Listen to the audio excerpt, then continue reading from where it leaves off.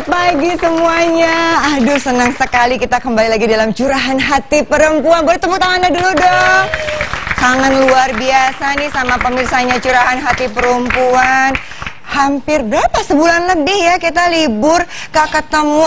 Rasanya udah pengen ketemu sama sahabat-sahabat perempuan, pengen denger cerita-cerita apa aja sih yang akan disampaikan, supaya kita bisa terinspirasi dengan cerita-ceritanya. Sukses menjadi perempuan yang berdaya. Nah, seperti apa konsep dari Curahan Hati Perempuan pada pagi hari ini? Yuk kita saksikan bersama yang satu ini.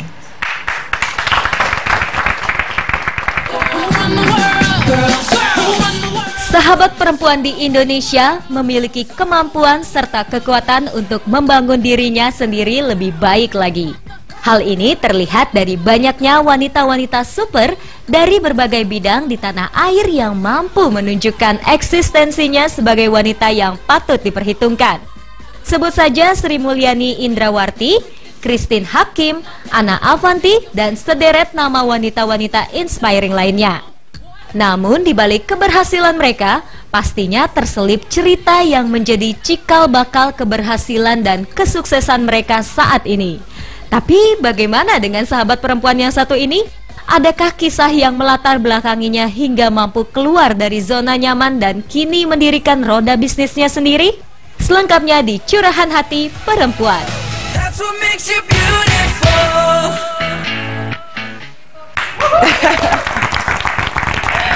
Baik, sebelum saya mengundang yang sahabat perempuan kita pada pagi hari ini, saya juga menghadirkan ini nih, dua wanita-wanita menginspirasi. Selamat pagi, Oki Setiana Dewi, apa kabar?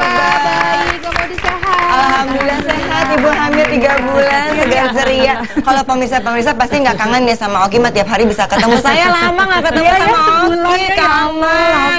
Maaf lahir batin ya Mbak Oki ya. Ini juga nih, Mbak Rosina Vera Uli, apa kabar Mbak? Alhamdulillah Mbak, tambah besar ya. Sama saya juga. Maaf lahir batin Mbak Vera. Sama-sama. Iya, untung saya mengikuti tweetannya di timelinenya di Twitter. Jadi masih bisa kangen-kangenan sama Mbak Vera, masih mendapatkan inspirasi dari Mbak Vera. Tapi Mbak Modi tadi luar biasa karena hari ini semangat kita semakin membara karena membahas tentang perempuan-perempuan yang hebat. Iya. Dimana semua orang sebenarnya bisa jadi perempuan hebat nih pemirsa semua, asal ada beberapa hal yang harus ia miliki. Pertama, dia mesti kokoh secara spiritual. Dia harus berilmu.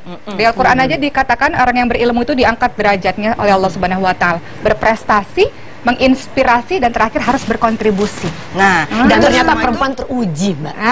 Yang bikin perempuan jadi tangguh-tangguh kayak tadi tuh, ya, mungkin sahabat perempuan tadi udah lihat VT kita. Yang bikin kita tangguh itu apa? Teruji, Mbak. Perannya banyak. Ngurus anak jalan, ngurus suami, rumah tangga, emotional work semua nih, kerja emosional dengan kekuatan emosi yang kita punya. Teruji selalu. Itu makanya kalau perempuan katanya bisa multitasking gitu ya. Kalau laki-laki satu. Kalau kita kan bisa nyupir sampai bikin alis gitu ya. Ya, tadi apalagi sekarang Jakarta sudah mulai macet. Ngasuh anak sambil masak. Iya. Dan satu lagi juga, dengan segala kegiatan kita punya, kita tetap harus punya me time untuk merawat diri, perawatan diri kita sendiri, untuk memberdayakan diri kita sendiri. Betul nggak begitu? Karena selalu cantik di depan suami. Nah, ini satu nih yang bisa membuat satu usaha untuk mempercantik diri, bukan dari luar aja tapi dari dalam. Oke. Nah, ini gimana ceritanya sampai akhirnya bisa mendirikan ini? Kita undang langsung aja, ada Mbak Salma Dian, atau lebih dikenalnya dengan Dian Kenanga.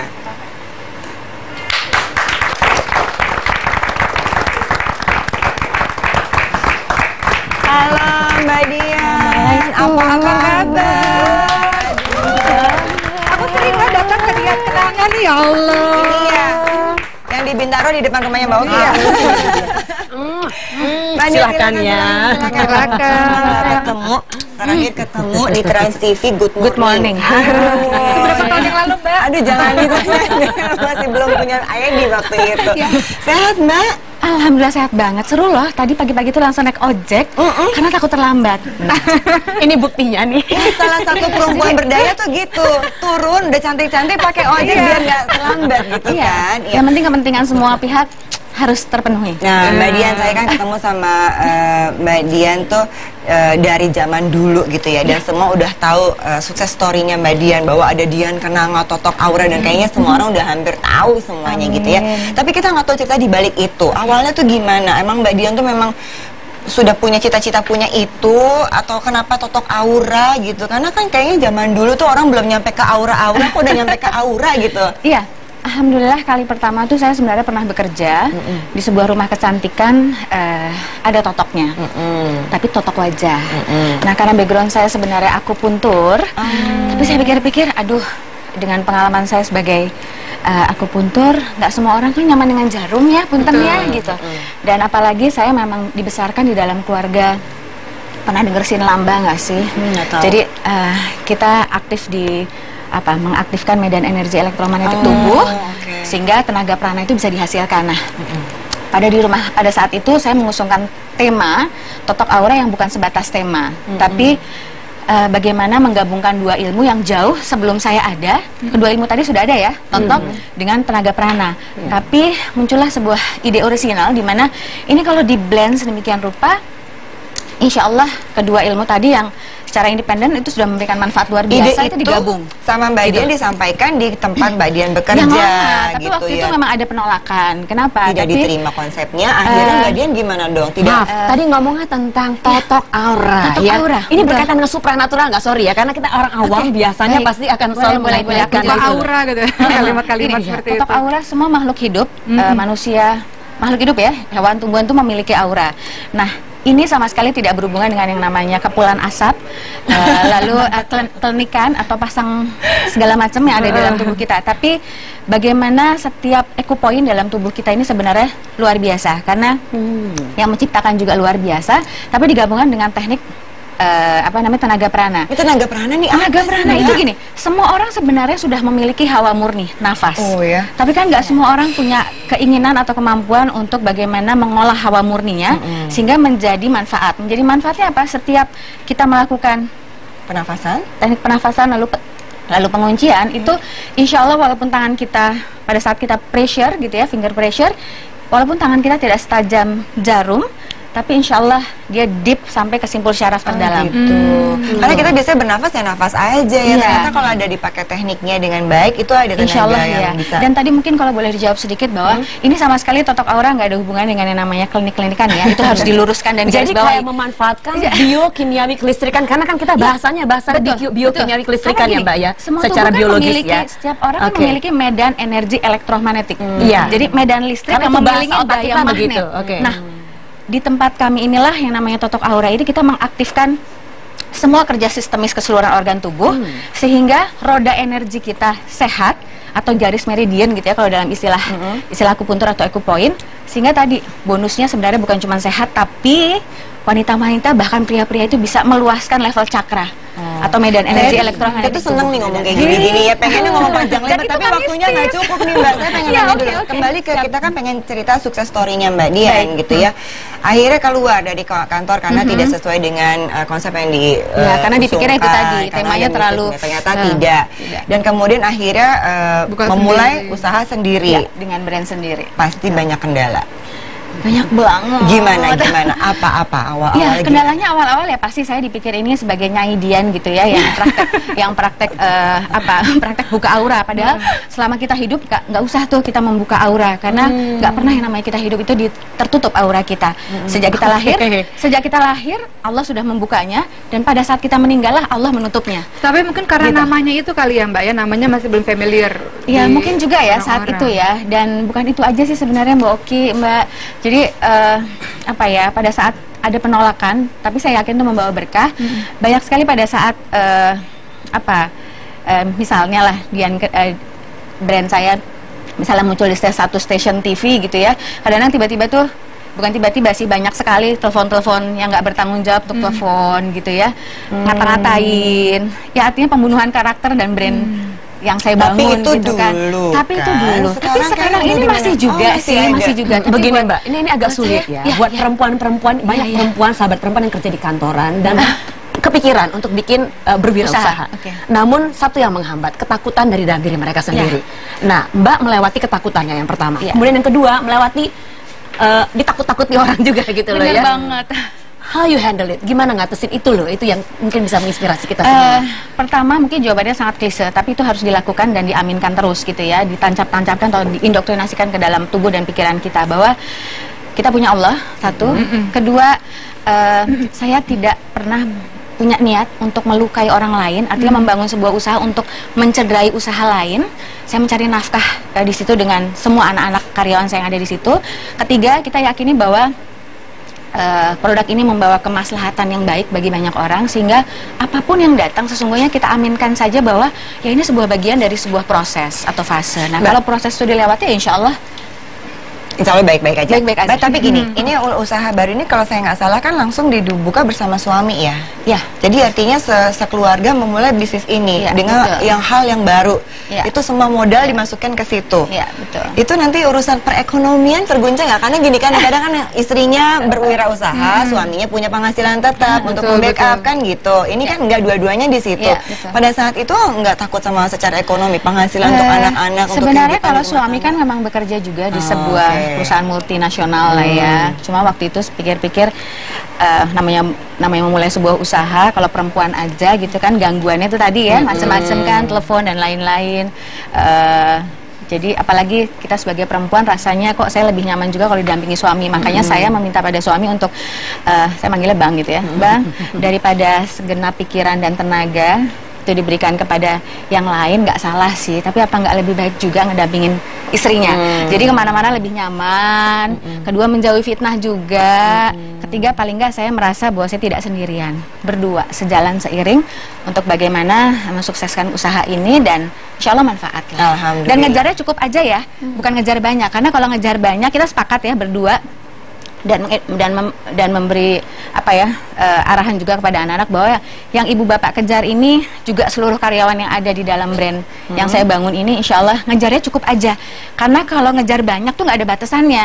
Dan takut ya, namanya manusia kan pasti ada gitu. Nah, mau beli rumah cukup, mau beli sekolah di luar negeri cukup, mau ini cukup, Jadi secara psikologis yang membedakan Budian dengan sahabat perempuan lain kalau memulai usaha adalah tadi niatnya adalah orientasinya udah outward untuk orang lain, dan itu dulu untuk sama manusia gitu loh maksudnya. Karena kami yakini bahwa kalau yang namanya kita memikirkan orang lain, biarkan Allah yang memikirkan. Nah, ini buat untuk kita. orang lain, artinya untuk sebagai pemirsa dari Curahan Hati Perempuan, kalau mau ada yang ditanyakan atau ada yang mau direspon dari ceritanya Mbak Dian ini, boleh lo silakan di tweet aja, nanti dapat hadiah dari Mbak Dian. Seperti apa? Tetap bersama kami dalam Curahan Hati Perempuan.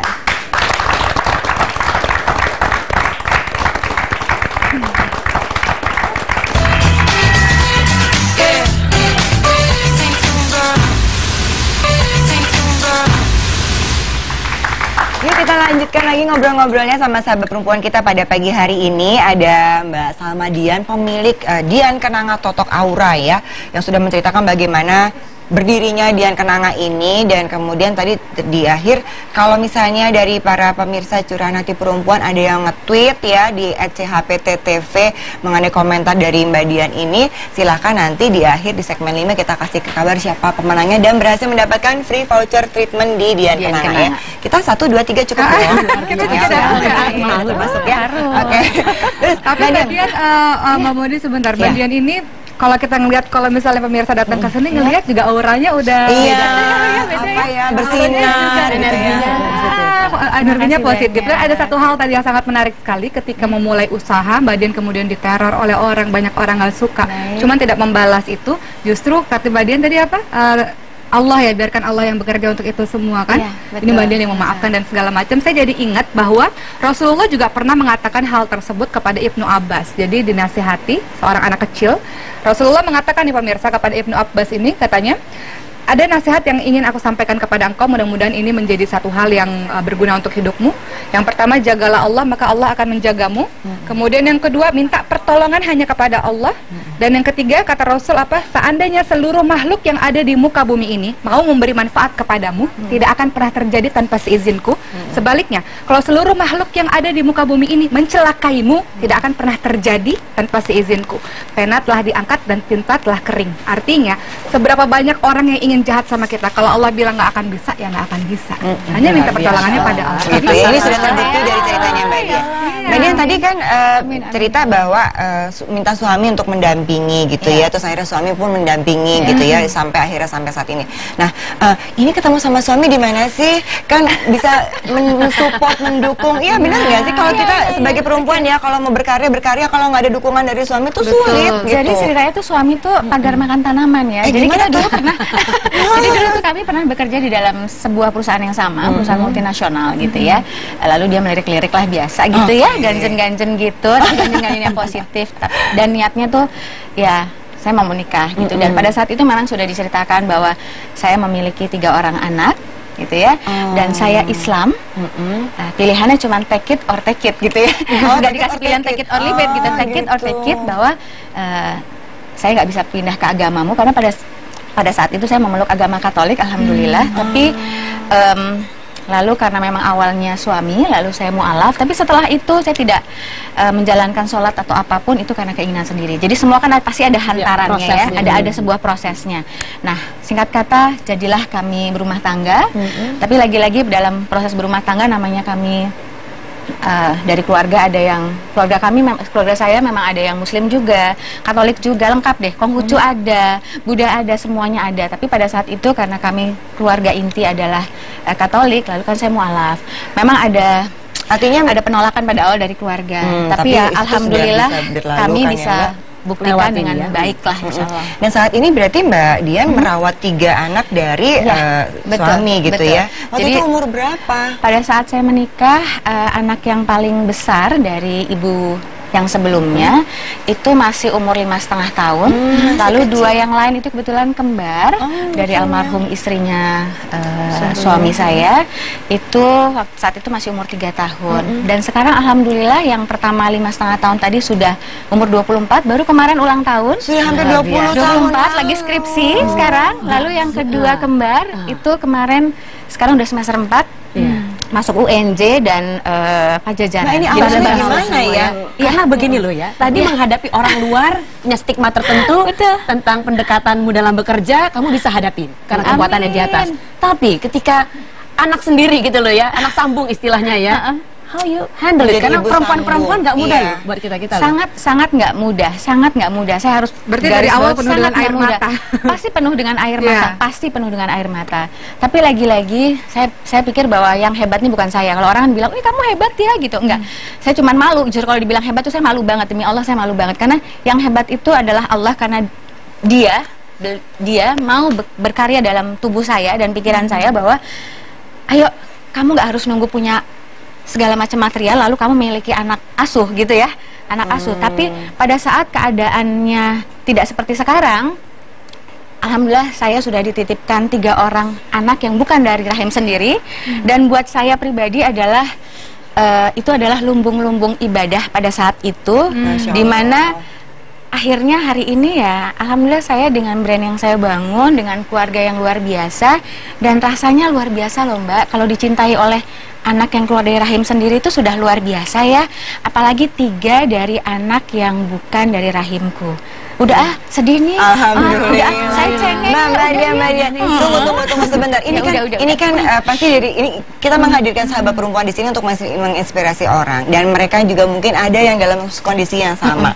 Tadi kan bilang ada banyak air mata di awal-awal itu, dan tapi akhirnya mampu membuat mereka mencintai Mbak Dian, walaupun sekarang udah alhamdulillah ada anak kandung juga di sini ya.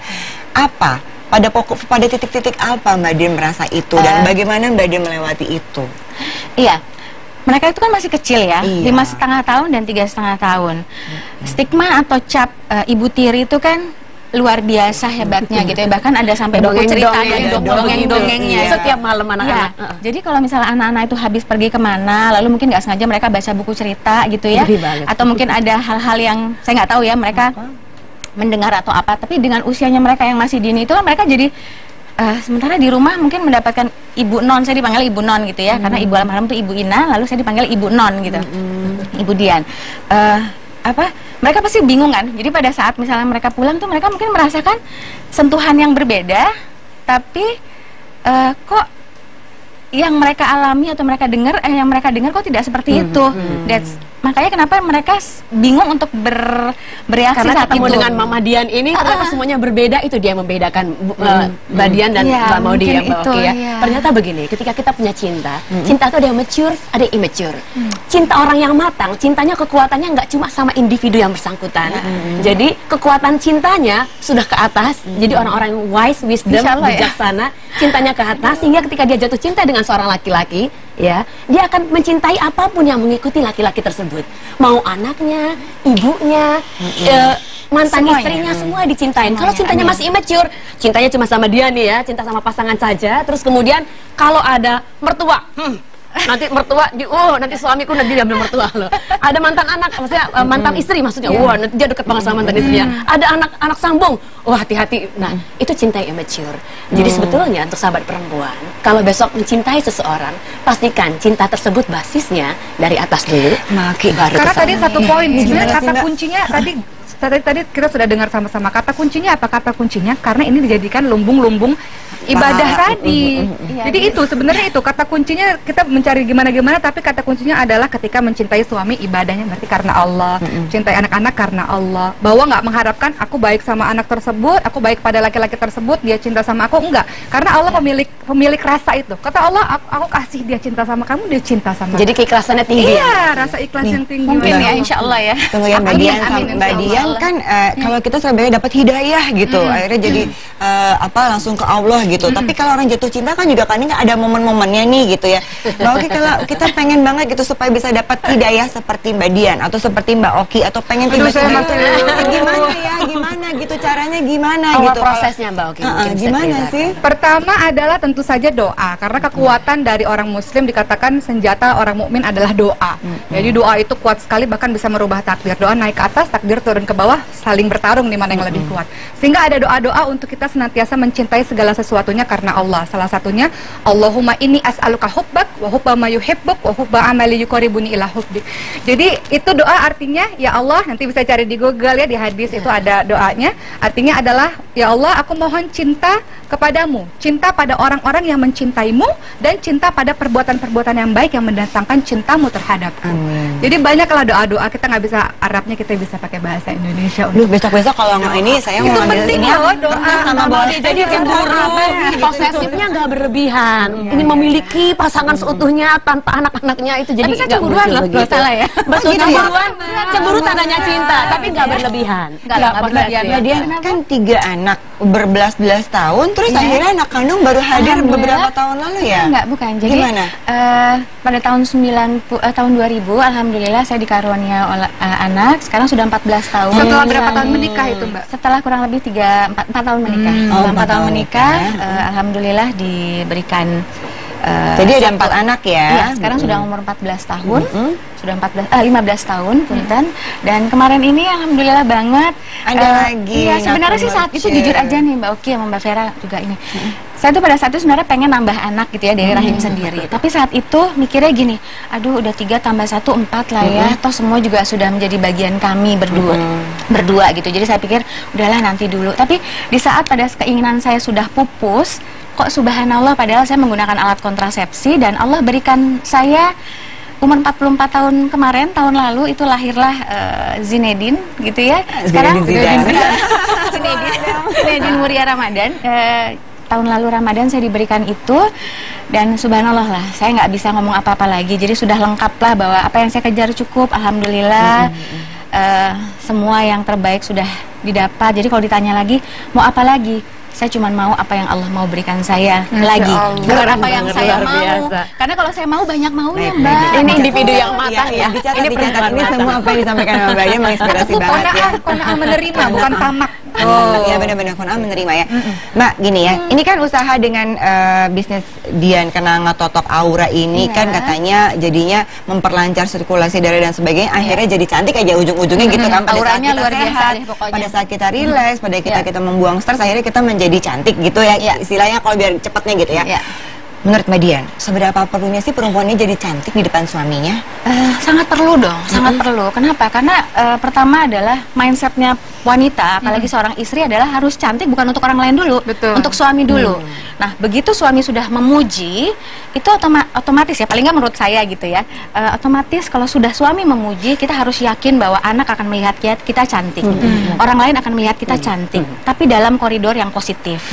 Itu aja. Jadi jangan sampai orang lain pun melihat kita juga jadi yang jorok gitu ya, karena kita sudah wanita yang bersuami gitu. Jadi ya insya Allah blocking kita sebagai wanita juga tahu lah bagaimana kita harus menempatkan diri sebagai suami, karena wanita atau saya paling nggak ukurannya saya adalah jubah atau pakaiannya suami saya. Jadi kalau sayanya ini mempermalukan diri saya sendiri, otomatis saya mempermalukan anak-anak saya, karena saya mau ingin anak-anak saya terhormat bukan dengan materi yang banyak gitu ya, karena semua itu bisa hilang, diambil kapan saja kalau Allah mau gitu ya. Nah, tapi itu perkataannya Mbak Dian itu dia. Itu luar biasa, karena perkataan Mbak Dian perkataan Al-Quran.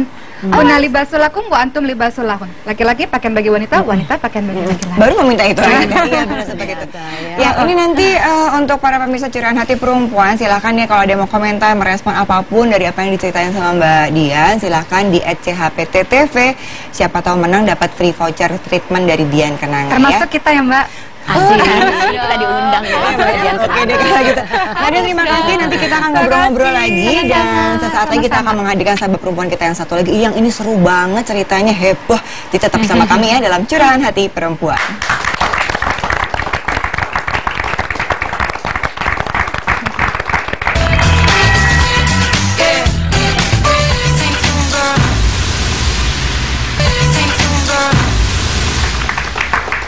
Baik, di segmen berikut ini kita akan membahas juga mengenai sahabat perempuan kita. Tapi tadi di Mbak Dian ya, kita melihat ada stigma masyarakat mengenai ibu tiri gitu ya. Dan dia berhasil mematahkan stigma mengenai ibu tiri itu seperti apa. Ini ada juga nih stigma yang lain Mbak. Nih kita lihat, stigma yang kerap dikomentarin sama masyarakat. Coba kita lihat nih.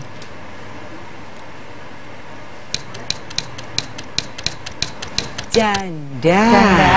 Oke. Ayo. Gimana Mbak Oki? Janda. Stigma apa yang tumbuh kalau kita baca janda? Kalau saya, janda itu orang yang ditinggalkan oleh suaminya, bisa karena dipanggil oleh Allah, bisa karena tidak sejalan lagi. Tidak ada yang salah dengan status dia. Kalau secara psikologis yang menarik nanti dikaitkan dengan agama ya Mbak Oki ya. Coba deh Gimana Mbak Vera? Secara psikologis sebetulnya justru perempuan janda adalah perempuan yang tangguh loh. Dia mampu memilih bahwa tidak akan bertahan dalam kehidupan pernikahan. Ini kalau jandanya karena bercerai ya, tidak akan bertahan dalam kehidupan pernikahan yang berdampak destruktif buat dirinya, merusak gitu ya, dan mampu mempertahankan nih diri saya berharga, saya putuskan untuk sendiri. Cuma sayangnya ya, entah mengapa di masyarakat jadinya negatif kalau janda. Jangan-jangan dampaknya apa begini Mbak Oki? Kadang-kadang kalau janda seolah-olah boleh pergi tanpa wali, boleh kesana kemari dengan pria yang bukan muhrim. Apa ada kaitannya nggak tuh Mbak Maudi? Kayak bebas gitu maksudnya Mbak Vera. Baik janda maupun gadis tetap hukumnya adalah sama, tidak boleh berpergian tanpa ada wali. Dalam artian tetap sama harus menjaga kehormatan dirinya. Tadi kata Mbak Vera, ada beberapa wanita-wanita yang ketika memilih berpisah karena tidak sejalan. Hal ini pun dilakukan anaknya Rasul loh. Anaknya Rasul ini namanya Ruqayyah. Pernah menikah dengan Utbah bin Abu Lahab. Abu Lahab itu orang yang paling luar biasa jahat. Akhirnya mereka memilih berpisah. Kenapa? Karena sudah tidak sejalan lagi. Jadi kalau saling menyakiti, sudah tidak sejalan, tidak berprinsip, memang sesuatu jadi memilih, yang paling jadi dibenci. Janda itu adalah status pilihan loh ya, bukan karena. Dan itu kalau menurut pandangan dari Mbak Vera, dari Mbak Oki, itu sebenarnya justru ada perempuan yang berdaya, mampu mengambil keputusan ini. Seperti saya memerankan Ibu Inggit gitu ya, satu cinta mati-matian sama Bung Karno gitu ya, tapi nggak mau dipoligami, minta cerai gitu. Padahal kan cintanya setengah mati sama dia gitu kan. Tapi ya ini opini masyarakat itu begitu bervariasi, dan ternyata itu juga sangat menekan batin kadang-kadang kepada mereka yang menyandang status itu. Tapi coba kita lihat yang satu ini deh. Coba yang ini. Single parent. Nah, sudah janda, kemudian statusnya tadi punya anak lagi, jadi harus menjadi single mom, istilahnya. Ini luar biasa loh, berat. Maka tadi saya bilang Mbak Maudi di awal segmen kita acara tadi Mbak Oki, bahwa perempuan itu kuatnya karena apa?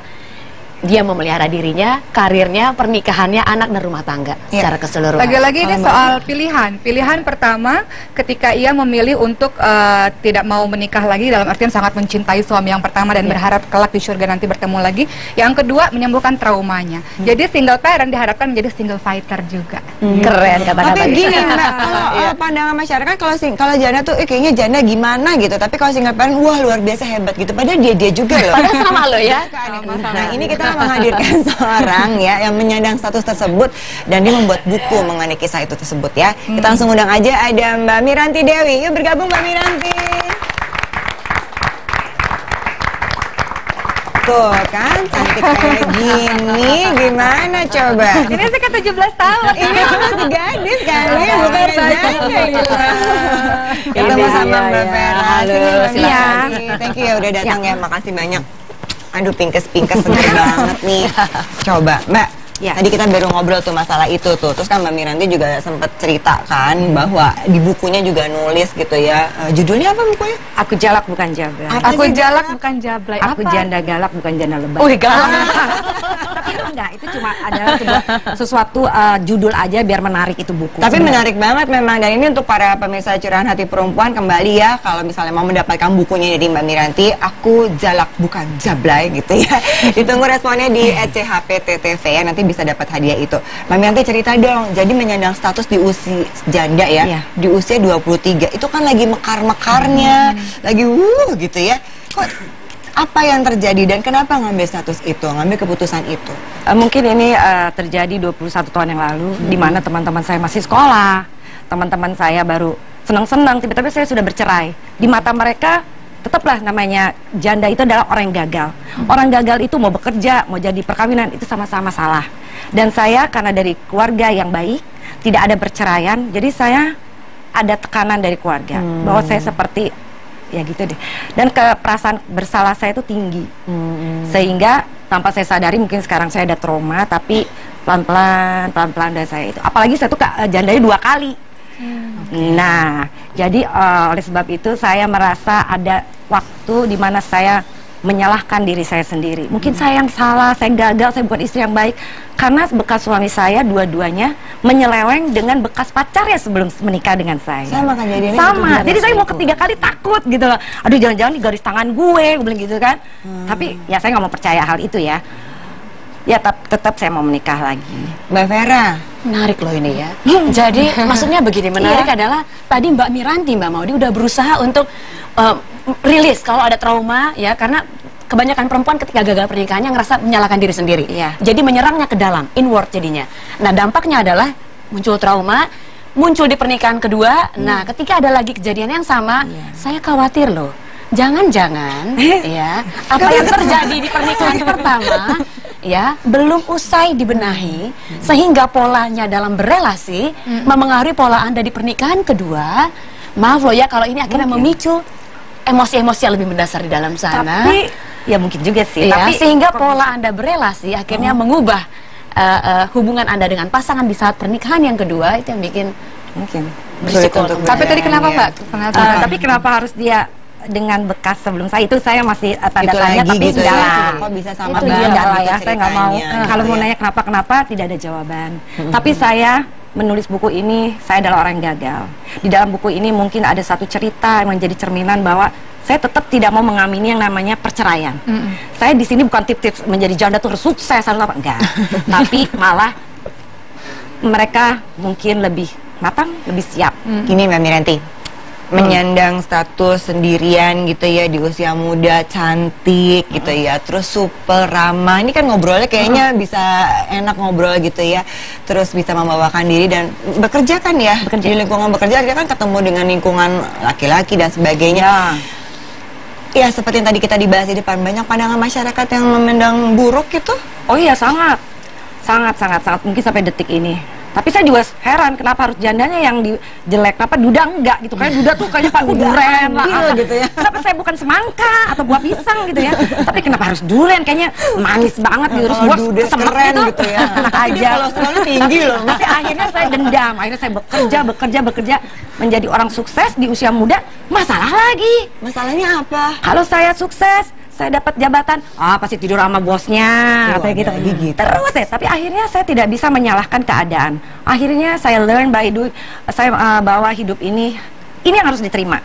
Akhirnya saya cuek. Bodoh amat, emang gue pikirin, emang lo bayar bil-bil gue. Jadi saya akhirnya lempeng. Jadi saya agak dablek, makanya saya suka dipanggilnya di lingkunan saya namanya oneng. Oneng gitu kan, dablek gitu. Dablek, tapi saya nggak mau peduli. Ini dari sisi bercerita dengan seru banget gitu ya.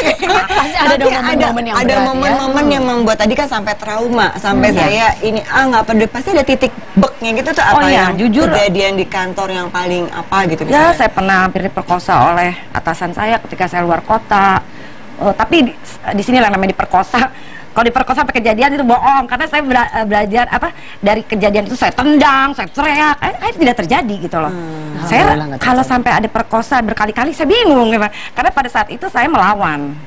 Tapi memang keadaannya itu di hotel, saya bodo amat, saya teriak-teriak aja kayak orang gila. Dianya mungkin mau nggak jadi mau juga bikin dia Ragamnya ini luar biasa ya. Orang gila, dia juga males. Ngagoki. gitu cerita Berarti nanti aku mau nanya apa? Iya, menarik Pak. Ada beberapa pembahasan yang ingin saya ini sebelum kita ini lagi seru banget. Berarti nanti aku mau nanya ya. Ini kan berarti ada orang-orang berarti artinya fitnah ya. Maksudnya memandang dengan status ini jadi ngatain gitu. Ini wanita murahan pasti bisa maaf ya. Udah biasa. Dekat lebaran nih, maaf ya. Tidak masalah. Gampang nih, kan janda bisa ini bisa itu tuh. Itu berarti kan mereka memfitnah ya. Dan gimana pandangan atau suuzon atau prasangka buruk kayak gitu ya. Jangan kemana-mana, tetap bersama kami lagi suruh-suruhan nih sama Mbak Miranti Dewi dalam Curahan Hati Perempuan.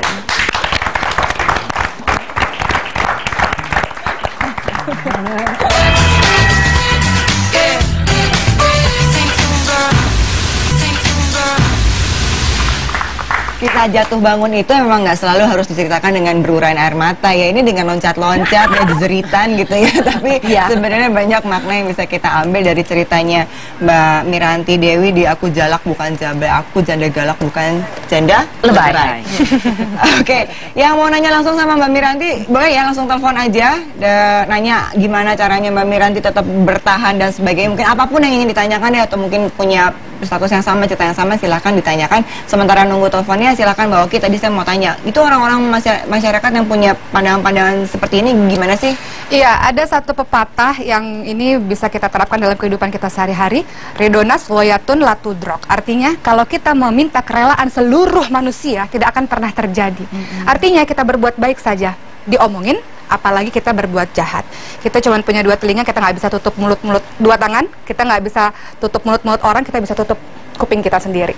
Itu pertama, bahwa ketika kita dicaci maki, ciri orang beriman, dicaci maki tidak tumbang, ciri orang beriman ketika dipuji-puji tidak terbang. Jadi dia stabil dan senantiasa berbuat baik. Tapi yang kedua, kalau ada orang-orang yang terus-menerus membicarakan kita, Umar bin Khattab pernah ada satu kejadian, beliau marah pada seorang laki-laki dan perempuan yang berduaan di tepi jalan, teriak, kenapa kalian melakukan hal seperti ini? Lalu laki-laki dan perempuan itu mengatakan, wahai Amirul Mukminin Umar bin Khattab, kami ini suami istri. Lalu Umar bin Khattab mengatakan, kalau kalian tidak mau orang lain membicarakan kalian, jangan mengundang orang lain untuk membicarakan tentang kalian dengan perbuatan kalian. Artinya kalau kita nggak mau diomongin yang aneh-aneh, kita juga jaga perilaku kita, kita juga jaga akhlak kita. Gitu. Jadi kalau menghadapi omongan-omongan orang yang positif-positif, silakan dimasukkan negatif-negatif jadi sarana introspeksi diri. Nah, ini dijadikan sarana introspeksi diri nggak sih setelah begitu-begitu? Apakah jadi langsung saya tertutup gitu, gimana aja. Saya kan bukan janda kembang lagi, udah janda karatan kali 17 tahun.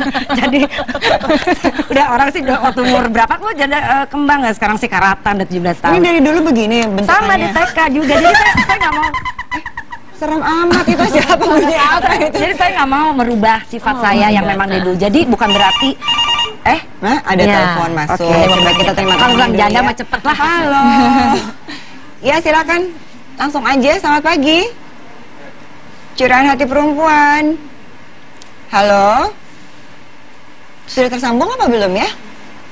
Halo. Dengan siapa nih sahabat perempuannya? Belum terdengar. Baik. Jadi gimana Mbak Miranti? Jadi ya udah gitu ya. Kalau emang dari dulunya emang sudah Sifat seperti sama. ini, emang sifatnya begini gitu. Karena kebetulan saya bekerja di bagian marketing, jadi saya memang sangat fitnah ya seperti. Tapi dengan marketing itu saya cepat dapat uang. Karena saya memang mata duitan juga gitu kan ya.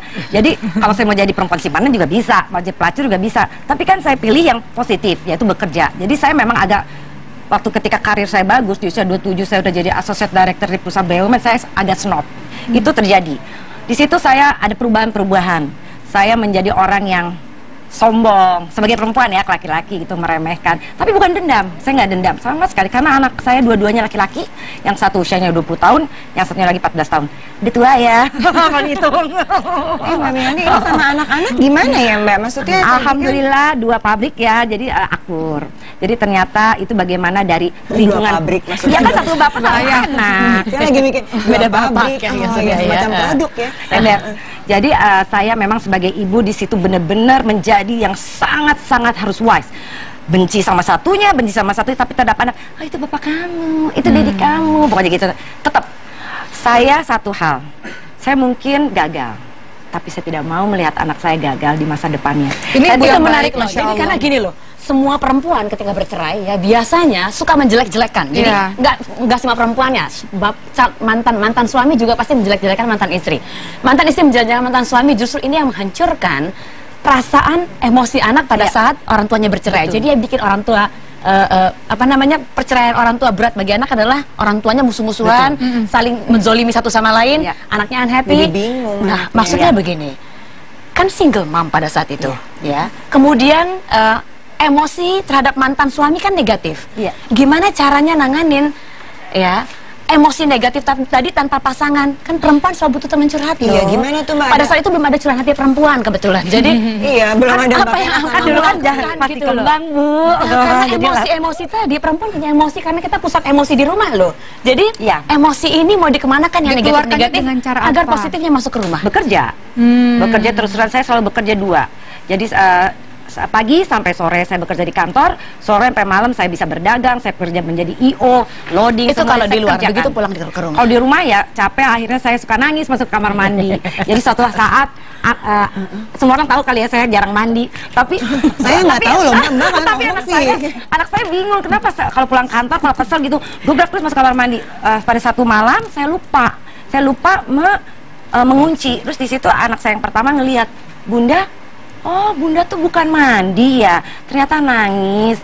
Jadi selama ini Bunda kalau masuk kamar mandi tuh nangis ya. Padahal nggak selalu juga kali ya mau kamar mandi. Jadi akhirnya disitulah bahwa saya menyadari bahwa single parent itu janganlah sombong menjadi single parent yang bekerja yang hebat.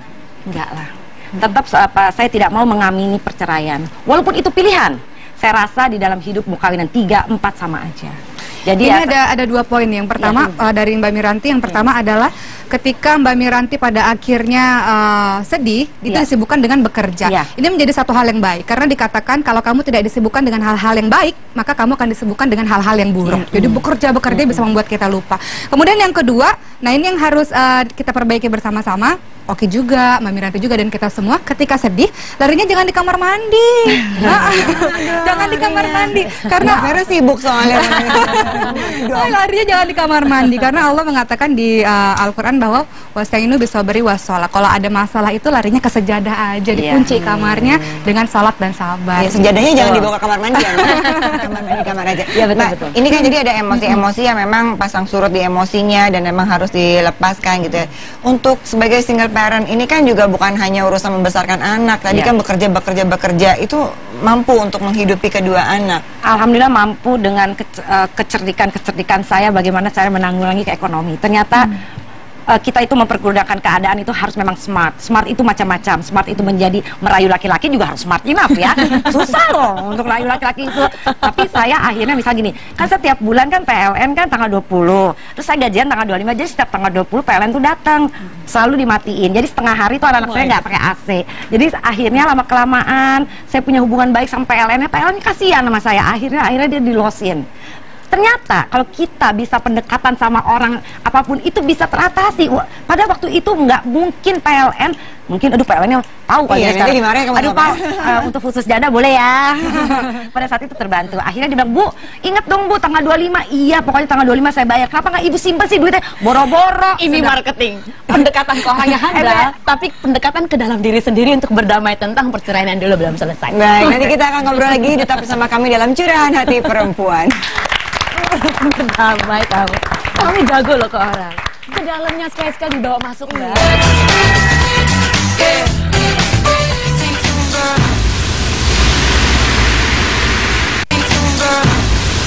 Hadirkan kembali sahabat perempuan kita yang seru sekali. Ada Mbak Salma Dian dari Dian Kenanga, ada Mbak Aira Miranti Dewi gitu kan.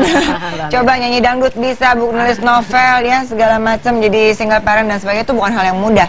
Mbak Oki silakan sebelum kita menutup pertemuan ini. Yang jelas di surat Al-Baqarah 216 Allah berfirman, boleh jadi yang tidak kamu sukai itu baik bagimu, yang menurutmu baik belum tentu baik bagimu, sementara Allah itu maha mengetahui.